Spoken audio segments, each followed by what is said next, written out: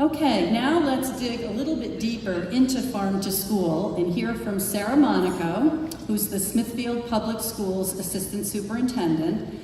Sara is the co-chair of the District Wellness Committee and a leader and strong supporter of the district's Farm to School initiatives and strategic planning. And she was also the organizer and our team leader when we took the trip up to the Farm to School Institute at the gorgeous Shelburne Farms last summer. And I see a former but long-time educator and school committee member from Smithfield is joining Sara, Rosemarie Cipriano, who's also been such a strong supporter of this work.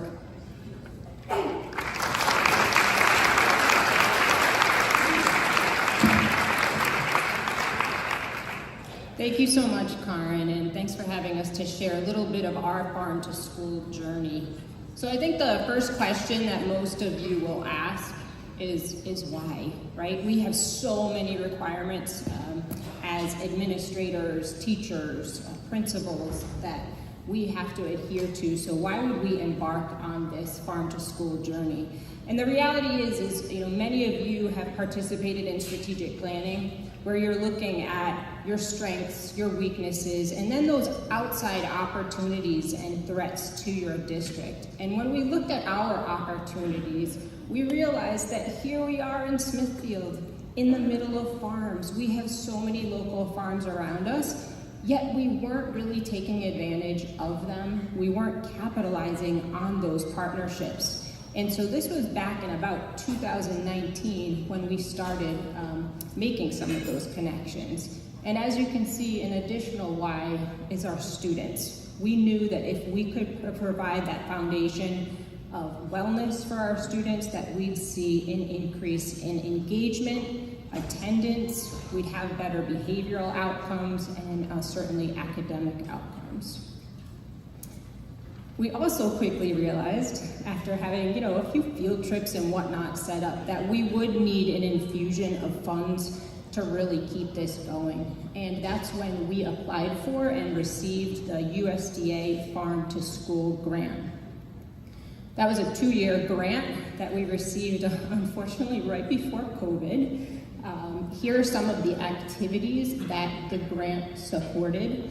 Certainly, the first set was equipment. We knew that if we were going to be procuring more local foods, we would have to have additional refrigeration for those foods. And certainly, I want to mention this was all done in partnership with Food Services and Chartwells. We got a smoothie bike, which was awesome for kids to ride and experience local dairy. We got mobile cooking and teaching carts. We have 2 of those, which I'm going to show you a picture of in a minute. There's some of our smoothie bikes. In the corner there, you can see our mobile cooking carts. Those can be brought anywhere within the district to get the kiddos involved in cooking. We bought a Rhode Island Farm to School kit to promote everything, which includes stickers so that every time a kiddo tries something, they have that watermelon radish and they're excited about it. They have that kale, they get a sticker that says, "I tried local." The USDA grant also supported some line wrapping and equipment to really spruce up our cafeteria and enhance our food services program. And student tasting. So what you see there are fish tacos, and the thing I'm going to tell you is everyone makes assumptions.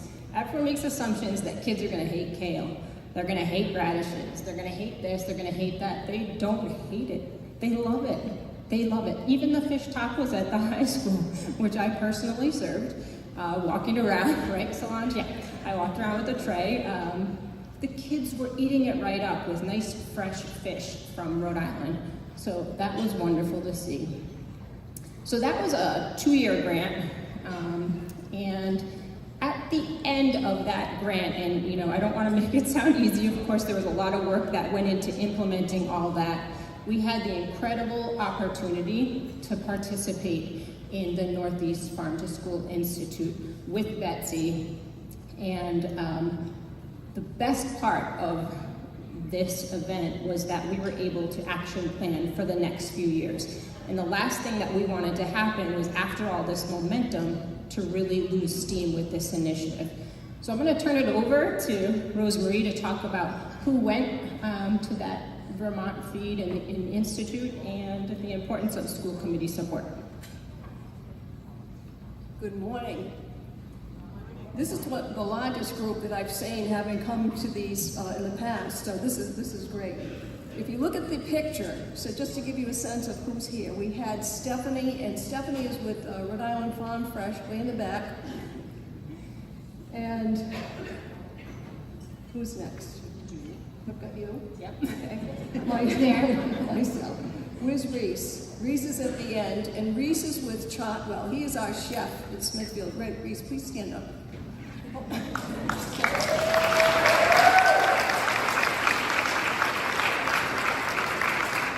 And we have Karen, who is again introduced everyone with our group that's here today. And it just was a fantastic group. Now, these are my suggestions for going forward, and if you're looking to put something together.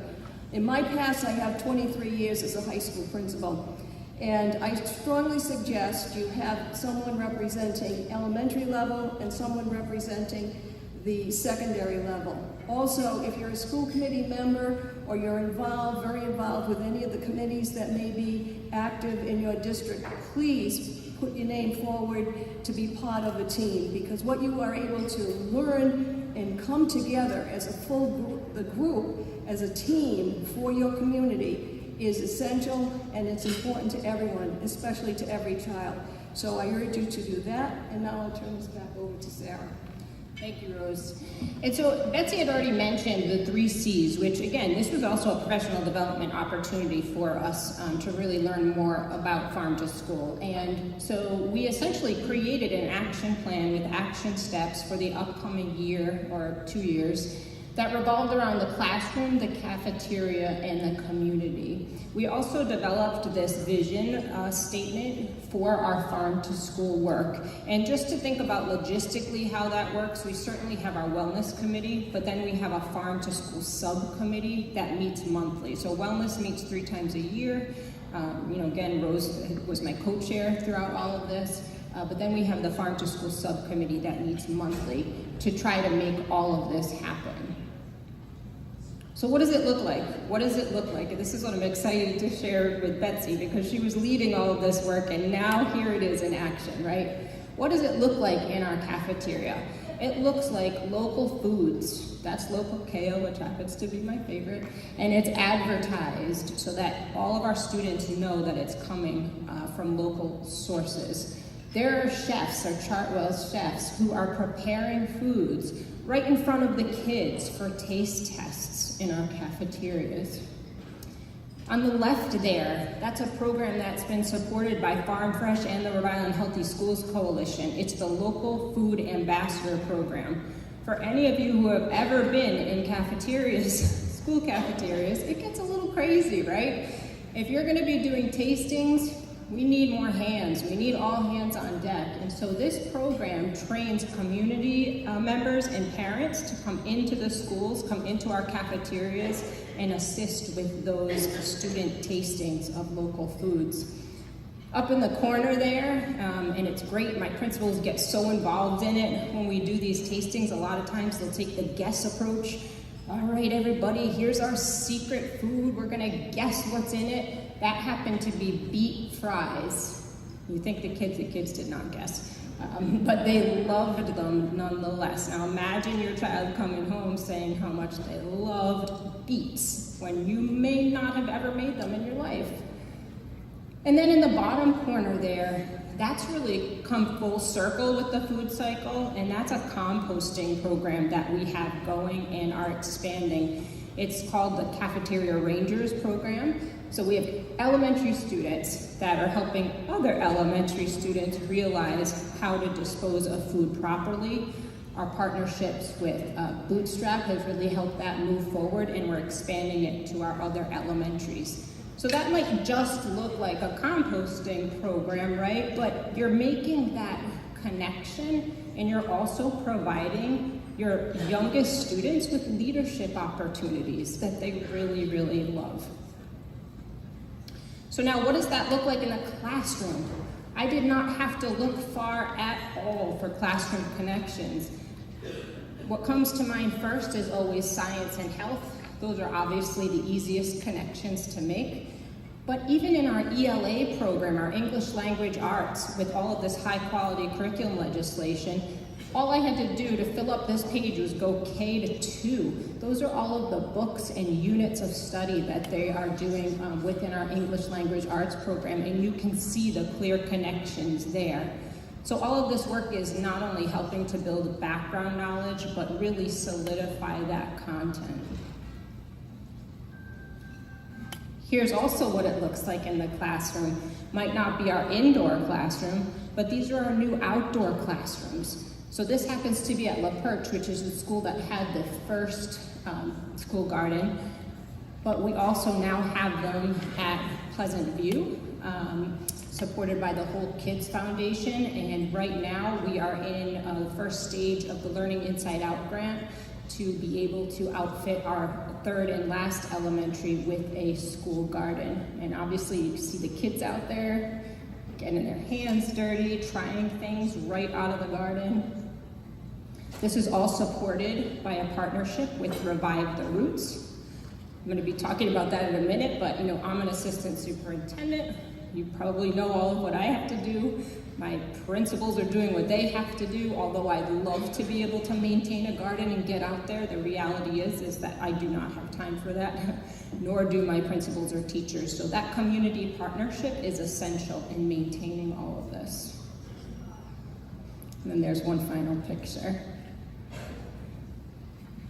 And then community, and when I talk about community, that's actually 2 prongs. So the first prong is community partnerships, which are essential in having this happen. Here are just a few. We have Jaswell's Farm, who's been wonderful about not only field trips, but providing us with those local foods. I've got Tri-County Community Action Agency, because over the past 4.5 years and 5 years, this has really grown. I've got Lisa Kennedy, who's come and helped us get foods to some of our most high-need areas, fresh foods to the families. Revive the Roots, again, a primary partner of ours, doing not only garden maintenance, but monthly garden education. Bootstrap Compost and Rhode Island Recycling, helping with that composting program. Farm Fresh Rhode Island, Stephanie was our coach for a whole year, and that solidified our relationship. She still sits on the Farm to School committee and is actively engaged with our culinary teacher, Jamie Briggs, to bring a farm to school component to our foods classes. Chartwell's has been an essential partner. We could not have done any of this, and especially the cafeteria pieces, without sharing that love for fresh food and local foods. Rhode Island Healthy Schools Coalition, I can't say enough. Karen attends all of our wellness meetings and Farm to School, and every single time we come up with an idea, she says, I know a few people. And the next thing I know, she puts us in touch with them, and that idea then becomes a reality, which is wonderful. And certainly, of course, Vermont Feed, which has really been the basis of our work the past 2 years and helped us with that. The other aspect of community, though, is our actual community there in Smithfield, our families, right? We were really careful. This happens to be the garden at another one of our schools, Pleasant View. It's got this beautiful courtyard right in the middle of the school. And at first we said, that's where we're gonna put our garden. But we quickly realized with the growing season in the Northeast, we really wanted to have community partnerships. That didn't quite make sense because nobody would be able to get to it.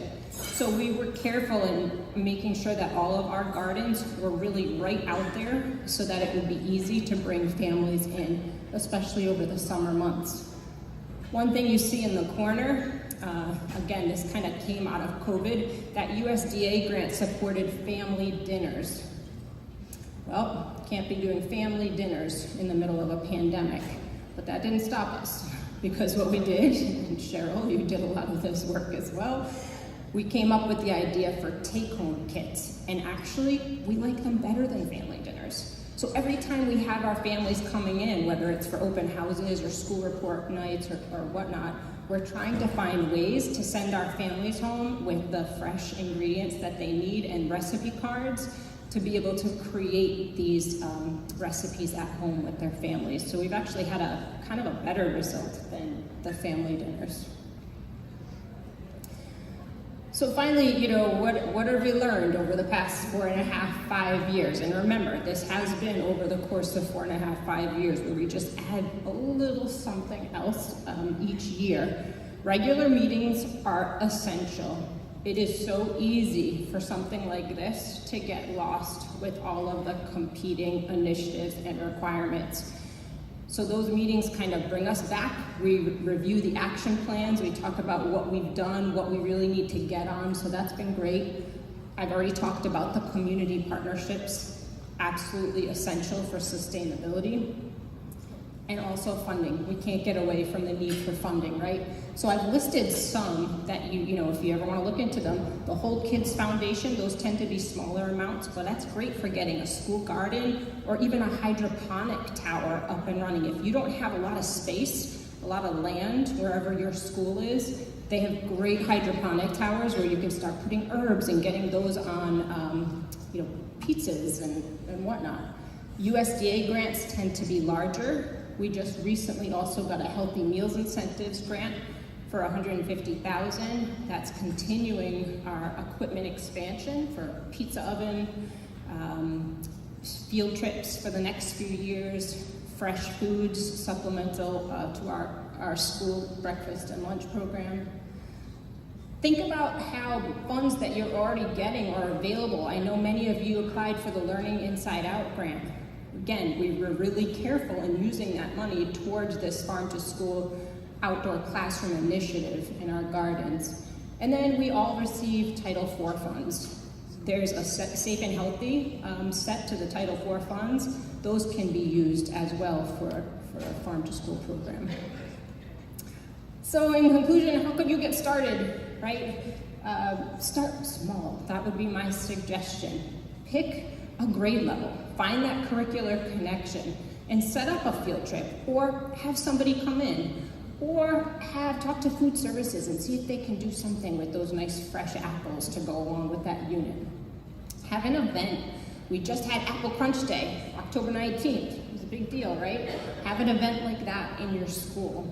Run a program, like the composting program. That definitely fits in and has curricular connections. And also identify those local partnerships. We have farms throughout the state, even in Providence. We have things like Gotham Greens, Farm Fresh Rhode Island. So even in urban settings, there are many partnerships. And finally, my principal, Julie Dorsey, who's really been a partner. She could not be here today because she was at a training, and then Annie Beyer from Revive the Roots couldn't be here because she's running a field trip with my second graders from Pleasant View. But she's really been instrumental and been leading a lot of this.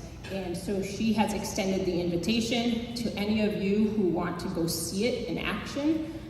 Contact her, email me, and we would be happy to have you. And Revive the Roots, correct? We can contact Annie Beyer at Revive the Roots. So thank you so much.